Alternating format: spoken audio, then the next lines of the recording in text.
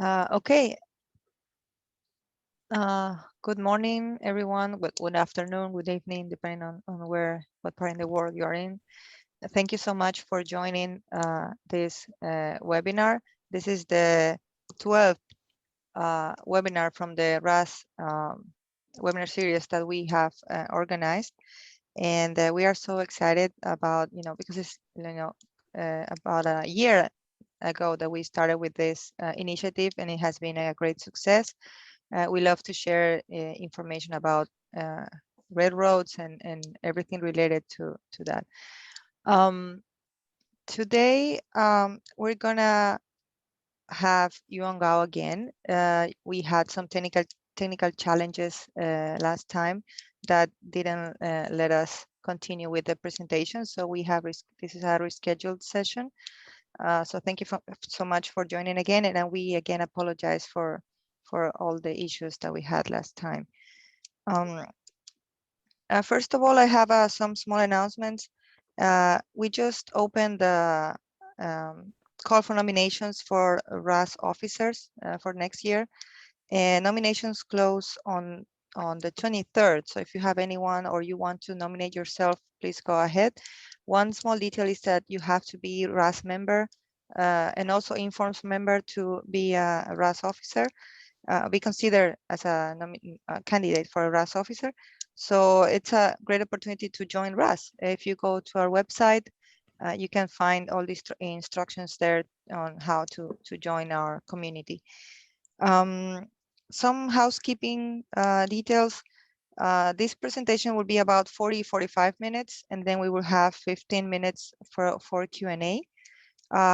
Please, if you have any questions throughout the presentation, do not interrupt the speaker. Just post your questions in the chat, and then after Yuan is done, we can go ahead and read the questions for you. And at that time, you can also speak if you want to clarify some details on your question. That'll be totally fine. Also, this session is being recorded. We will have the video available in the RAS website. We will send out an email with the instructions on where to find it. And yeah, so as I said again, we have Yuan Gao presenting his research. The title of his presentation is Optimization of train unit rotation, in a railway network. He is an associate professor in the School of Management and Economics at Beijing Institute of Technology. Before that, he had been a researcher in State Key Lab of Rail Traffic Control and Safety, also at Beijing Jiaotong University. His research interests include railway traffic organization, also integer linear programming, and algorithms. He has a good record of publication. He has published more than 20 papers in international journals of great quality, such as Transportation Research, Parts B, C, D, and E, and also Omega. So I'll turn it over to Yuan. Welcome again, and thank you so much for being here. Thank you, Irene. Can you hear me? Okay. Now, I'm sorry for the disruption in the last talk. So I have prepared several plans for today's talk. Of course, I hope plan B will never be used. Okay, and let me start the presentation. My talk consists of 3 parts. Yeah, in the first part, I'm going to review several representative models on the train unit rotation problem. Perhaps the author of the model are attending this webinar. So if I misunderstand the model, please point it out. In the second part, I will introduce a background of train unit rotation in China. And in the last part, I will present our study on the train unit rotating problem in China. And what is the train unit rotation problem? And I think most of us are familiar with this figure. And in this figure, it describes the process of railway planning. And because a railway system is quite complexity, and the whole operation planning is usually divided into several hierarchies. And in each hierarchy, the railway department only needs to deal with one smaller problem. And the output of the upper hierarchy is the input of the lower hierarchy. And of course, the low hierarchy and gives some feedback to the upper to make the solution feasible or better.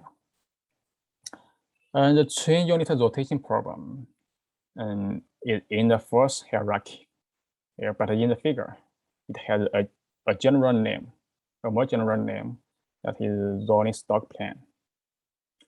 The rolling stock plan can be divided into two types. The first type is the locomotive and car assignment problem, and the second is train unit rotation problem. In nowadays, more and more passenger trains are implemented by train units. So we focus on the train unit rotation problem in this talk. It should be pointed out that in some literature, train unit rotation problem is also named as train unit circulation or train unit assignment or train unit scheduling problem. But for simplicity, I only say train unit rotation in this talk. A train unit is inseparable and self-equipped with engine and seats. Usually, a train unit is very expensive, and if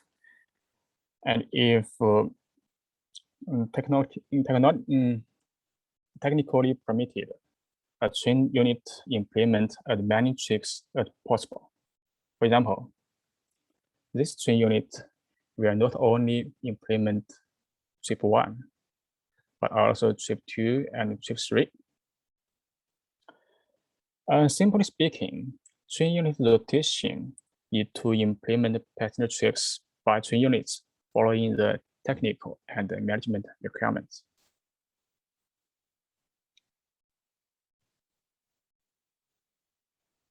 And the research on train unit rotation problem can be dated back to 30 years ago. Schreiber's work is among the earliest. In Schreiber's work, the objective is to minimize the number of train units, and an integer programming model is formulated on a rotation network. The rotation network is like this. And the network is derived from the timetable, and each cycle represents a station, and each line represents a trip from one station to another. Based on this rotation network, a simple model is formulated. I'm not going to present the detail of the model. I will say that in this simple model, a coupling or uncoupling operation are not considered.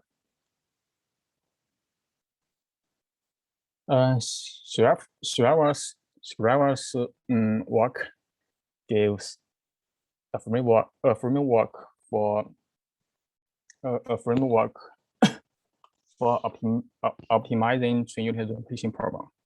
That is, first construct a rotation network, and then formulate an integer programming on this network.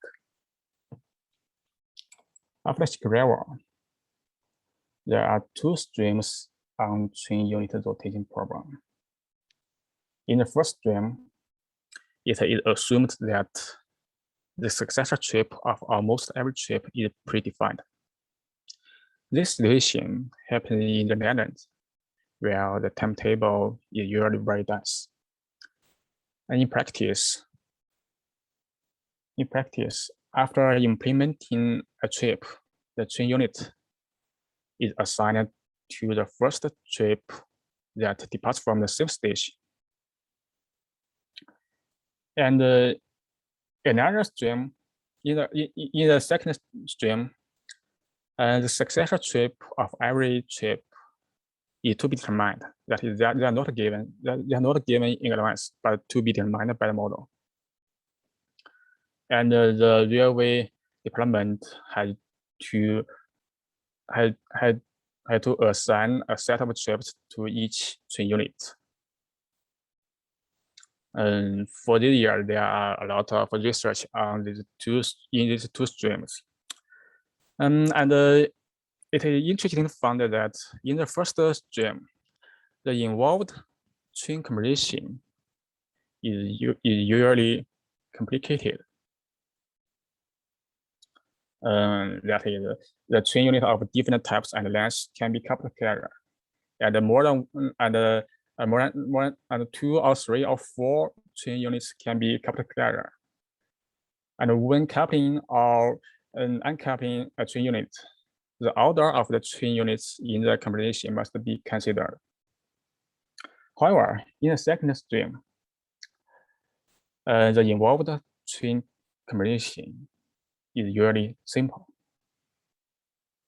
And in most literature, only 2 train units can be coupled together. Next, I will introduce 3 literature on the train unit adaptation program. One is from stream 1, and the other 2 are in stream 2. And the first literature is from Feller, which was published in 2006. In this work, it is assumed that almost every trip has a predefined successor trip at its destination station. And in this work, the maintenance of a train unit is not considered. However, in the work, the authors considered a complicated train combination, and the underway combining and splitting of train units are taken into account. As before, the model in this work is formulated on a train unit rotation network. This is a train unit rotation network, which is called a transition graph. In the red ellipse are the train combination allowed for trip 1, and in the blue ellipse are the combination for trip 2. The arrows from the red to the blue are the possible transition of train combination. It should be pointed out that the order of train units in the combination is considered when coupling or uncoupling. Look at the 2 combinations. They are only different in the order of train units, but in this transition graph, there are 2 totally different train combinations. Based on the transition graph, a complicated model is formulated. The model has two kinds of design variables, that is xtp and ztp prime. Xtp indicates whether combination P is used for trip T, and the ztp P prime indicates whether trip T has combination P and its successor trip Vt has combination P prime.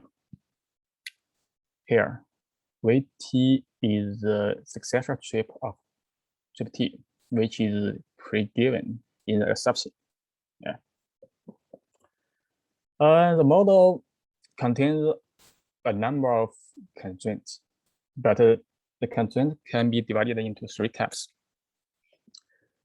In the first constraint,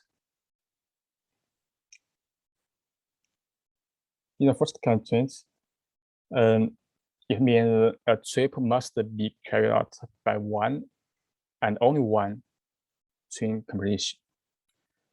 The second and the third constraints implies the combination transition between consecutive trips. And the remaining constraints calculate the number of chain units after each activity.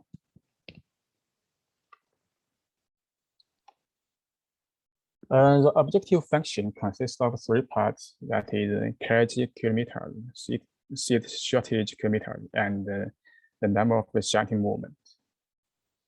The model, obviously, the model is a linear one. It's a integer linear programming, and in the literature, it was solved by CPEX directly. The largest instance includes largest instance contains more than 600 trips. Fairloss model has been extended by a lot of researchers, such as Cassani, Hare, and Lusby, and Wagner. Okay, this is the first model.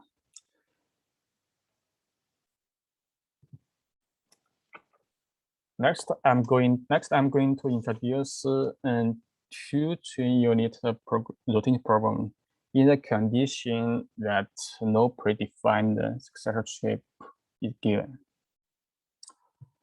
And first, the literature is from Cassiani, which was published in 2010. In this study, the chain composition is very simple. It is required that at most 2 chain units can be combined, and the details of coupling or uncoupling are ignored. Since no predefined successor trip is given, the model is to generate the trip sequence for each chain unit. And a path-based model is formulated and then solved by a column generation-based algorithm. Yes, in this literature, the solution method is column generation. And with the same setting, Cassiani proposed another 2 models, and the first model is solved by a Lagrangian relaxed algorithm, and the third model is solved by a heuristic algorithm.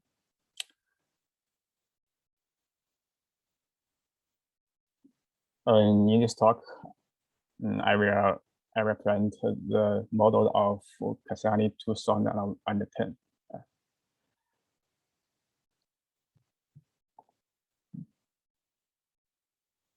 In Cassiani 2010, a standard path-based model is presented. In the model, PK is a set of tail paths in the rotation network, and the XP is the only distinct variable, which represents the number of chain units of type K that carry out the trip sequence P. And the model looks quite simple, and it only contains 3 constraints. The first constraint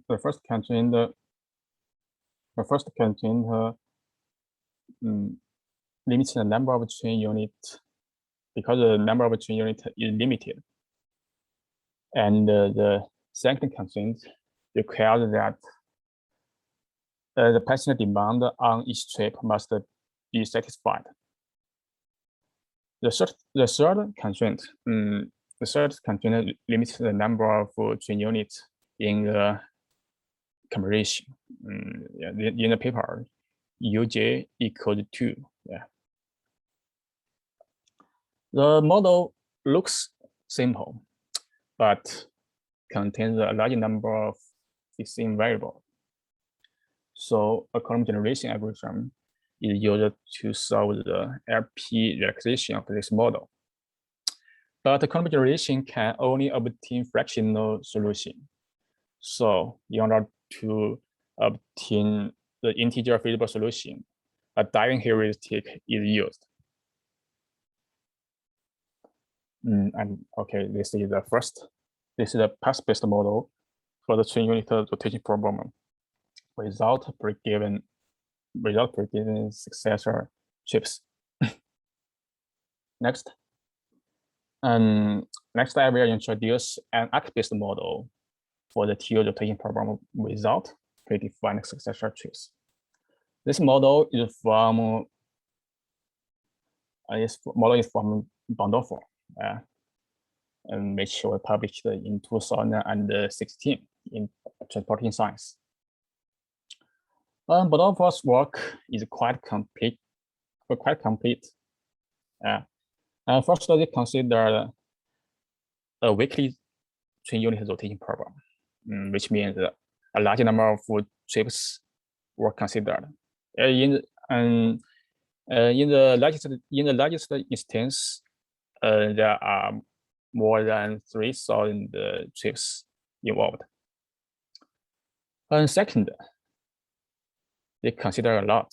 For example, the regularity, the chain combination, and the capacity of a platform, the capacity of a maintenance base, and the two kinds of maintenance. In order to describe the activities on chain unit, a hypergraph was proposed, and based on the hypergraph, an arc-based model is formulated. Next, I will introduce a hypergraph briefly. Hypergraph is quite complicated and rarely used by the other research, in fact. But it does well. But it does well in modeling the activities of chain unit rotation. Generally speaking, hypergraph is a triad. Yeah. V and S are the set of nodes. A is a set of standard axes. Yes, standard axis means the common axis connecting two nodes. And H is a set of hyperarc. Simply speaking, a hyperarc is a set of standard axes representing an inseparable activity. Here, I give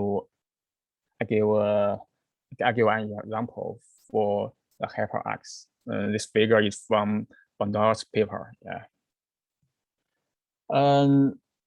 In this figure, there are 3 chips: chip 1, chip 2, and chip 3, and some transition between the chips. For chip 1, there are 4 types of chain combination can be used. That is combination A, combination B, and combination AA, or combination AAB. Yeah. To describe the 4 combinations, we use 4 hyperarcs, that H1, H2, H3, and H4. Look at H3, hyperarc H3. H3 represents the combination of AA, and it consists of 2 arcs. Yeah. And hyperarc 4 consists of 3 arcs. The transition between chip 1 and chip 2 are also described by hyperarcs.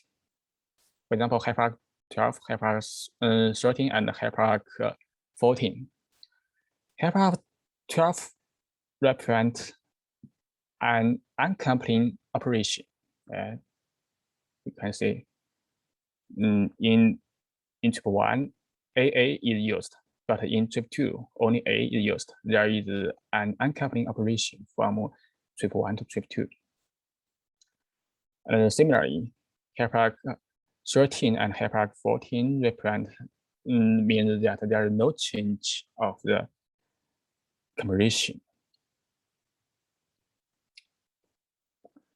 And based on the hypergraph, a mixed integer programming was formulated like this.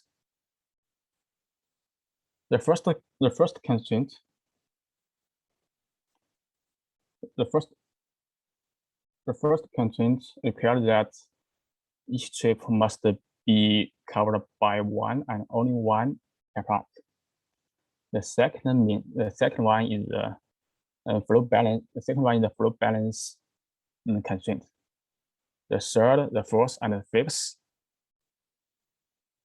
describes the change of maintenance resource in the rotation network. And the sixth constraint is the capacity constraint in the platform or in the maintenance base. The model is solved by a new algorithm, which combines the column generation, local search, and rapid branching search.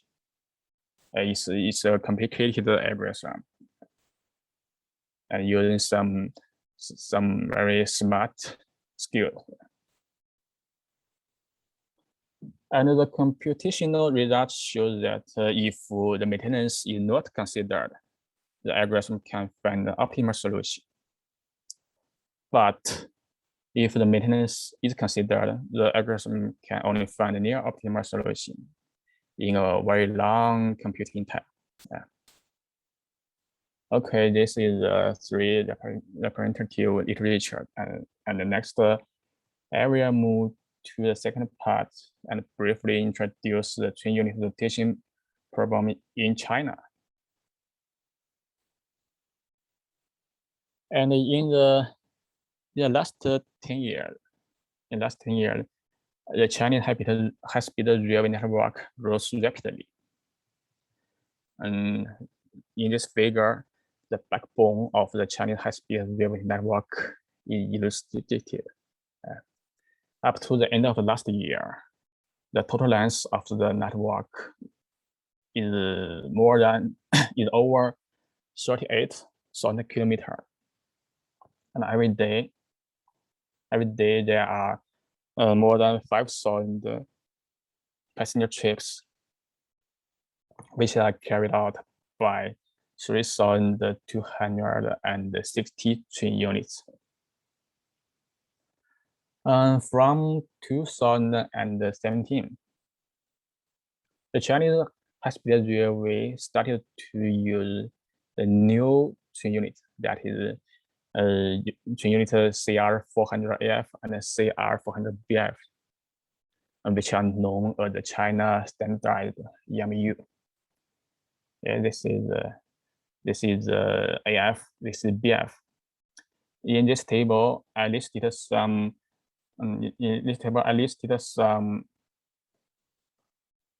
Some information of the two types of train unit.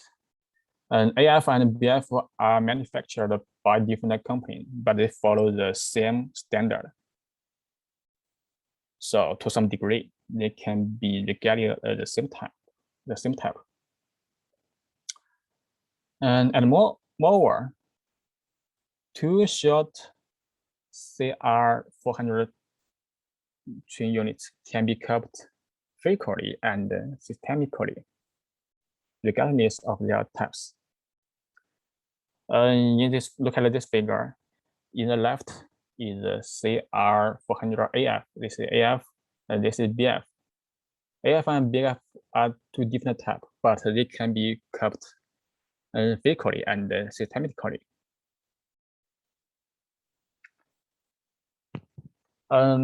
But in practice, a long train unit cannot be coupled with other train units.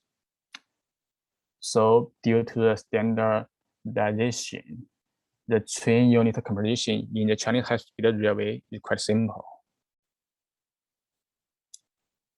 And roughly speaking, there are are only 3 types of train unit composition.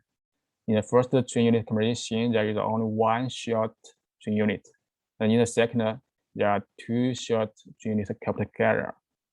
And in the third, there is only 1 long train unit. But because the timetable in some station is very dense, when coupling and splitting, the coupling and the splitting time of 2 short train units must be considered when making the train unit rotation plan. Okay, this is the train unit composition. In China, to ensure safety, each train unit must undergo daily check after 6,000 kilometers or 48 hours traveling, whichever comes first. In general, the daily check of a train unit is performed in the night, and the duration of a daily check is about 3 hours. Besides train units, the whole high-speed railway network is under regular maintenance from 0 a.m. to 6 a.m. In this figure, a worker is checking the pole system. In other words, in the night from 0 a.m. to 6 a.m., there are no high-speed trips in China.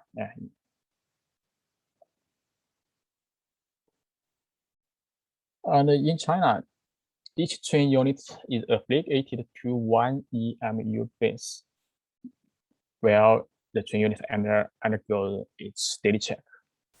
And in other words, the maintenance place of each train unit is designated in advance. And this table gives a brief management structure of China Rail. China Rail is the only railway company in China. The China Rail has 18 branch companies, and in each company there are several EMU sections. In each EMU section, there are several EMU bases, and in the EMU base, a train unit undergoes daily check.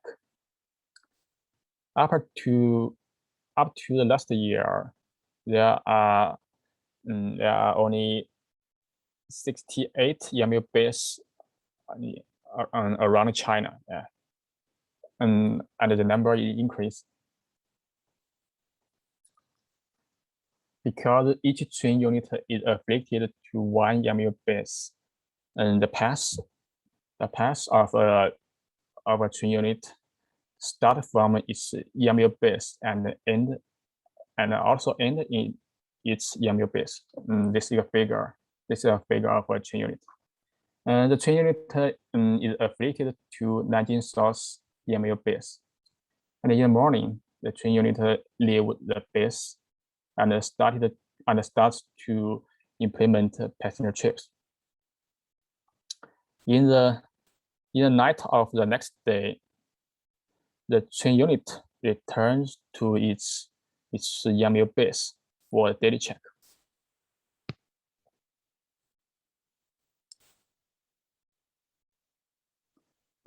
In China, the train unit rotating program is just to generate a set of such paths to cover all the passenger trips.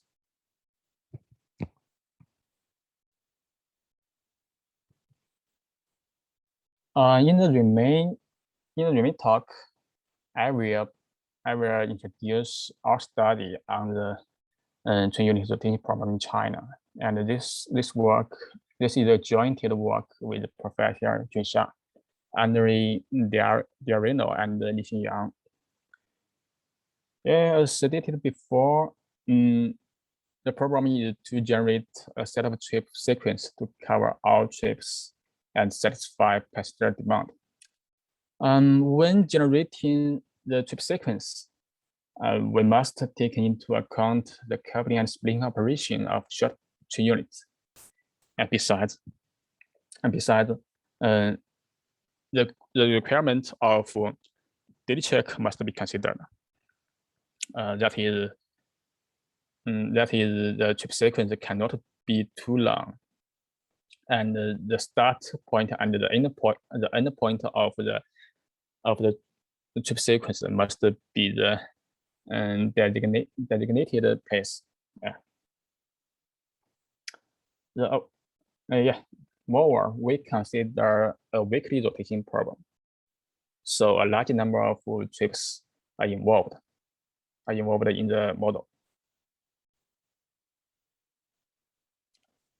In our model, the objective is to minimize the total operating cost. The total operating cost includes the chain unit occupancy cost and manage cost, and coupling or splitting cost, and maintenance cost.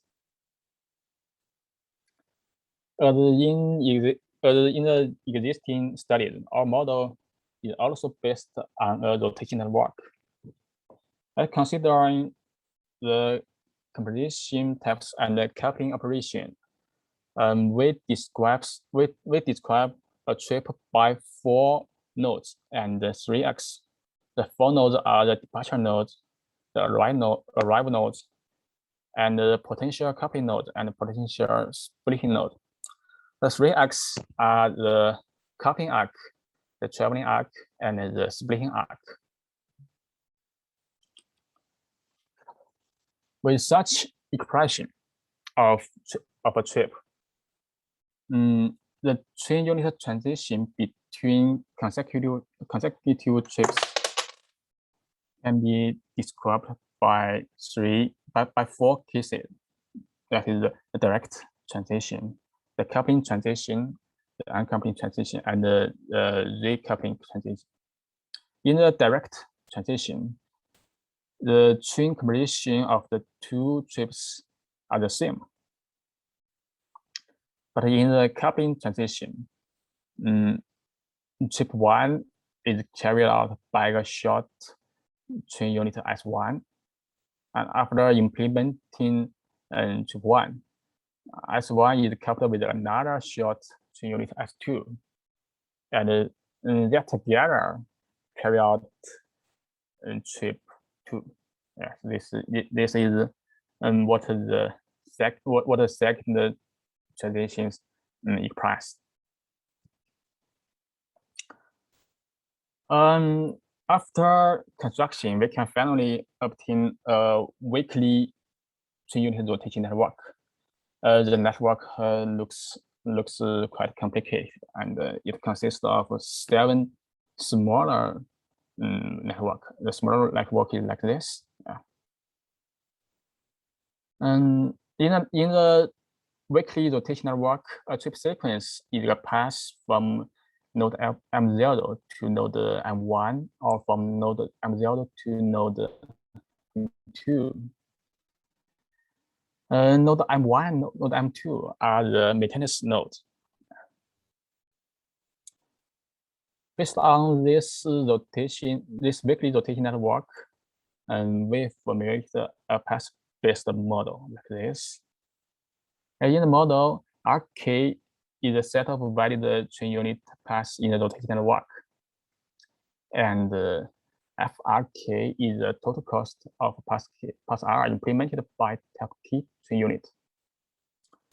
There are 2 types of distinct variables, that is XRK and YWK. XRK indicates whether path R is implemented by a type K chain unit, and YWK indicates whether arc W is used by type K chain unit. The first constraint of the model requires that the patch demand of each trip must be satisfied. The second constraint requires that the length of a chain composition cannot be longer than 2. That is at most 2 short. At most 2 short chain units can be kept together. And the third one, the fourth one, the fifth one, and the sixth one together describes the coupling and the splitting operation. And the last one is the chain unit balance at median nodes. In this model, there are a large number of distinct variables, especially the x variable.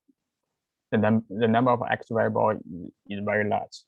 So we resort to a current generation algorithm.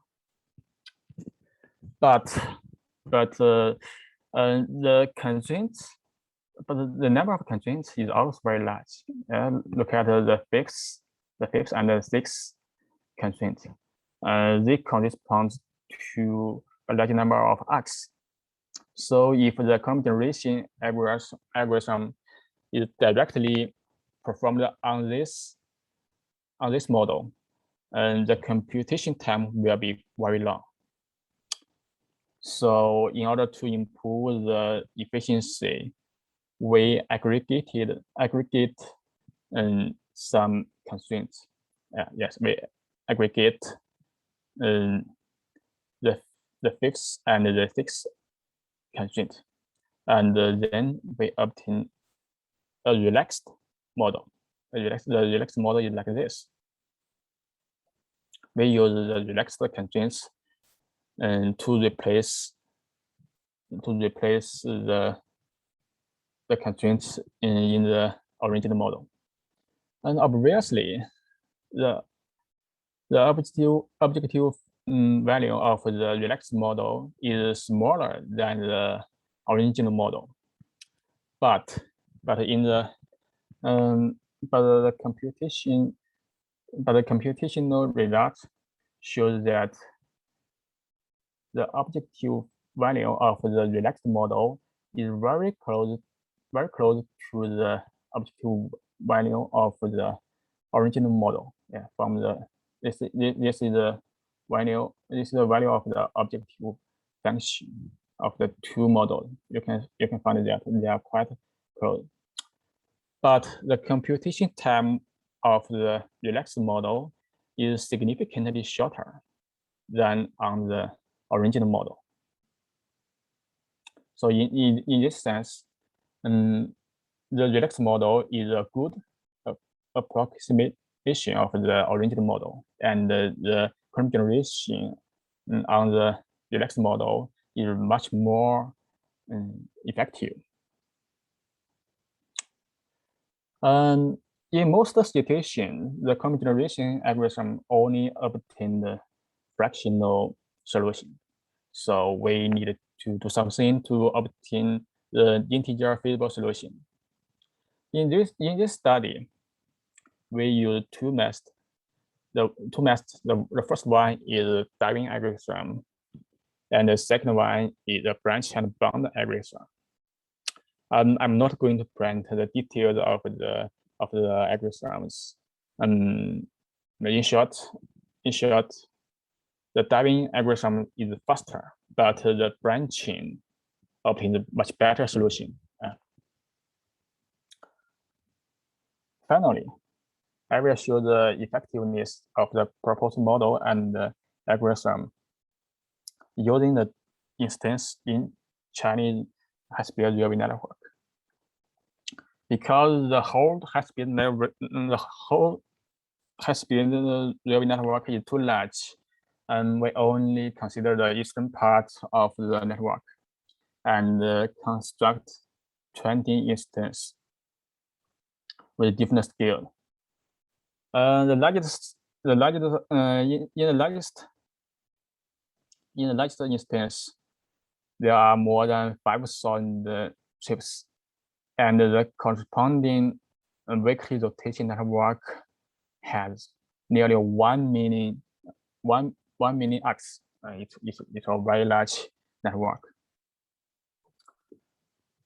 This table, what's wrong?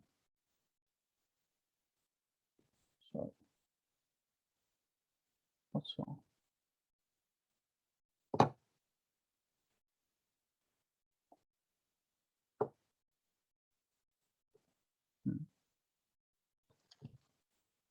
Sorry, there's something wrong with the figure. Here is the table. The table, the table list present the performance of the. Wait a minute.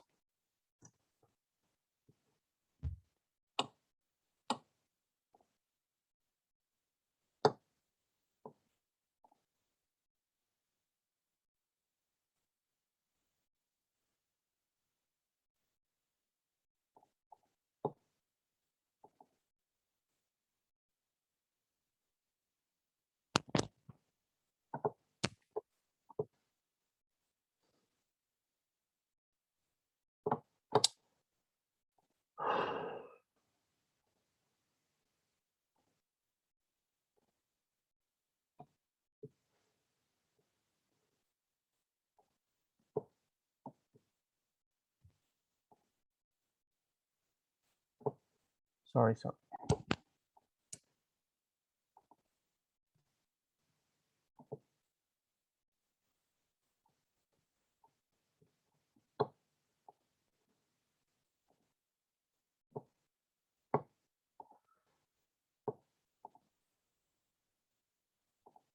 Yeah.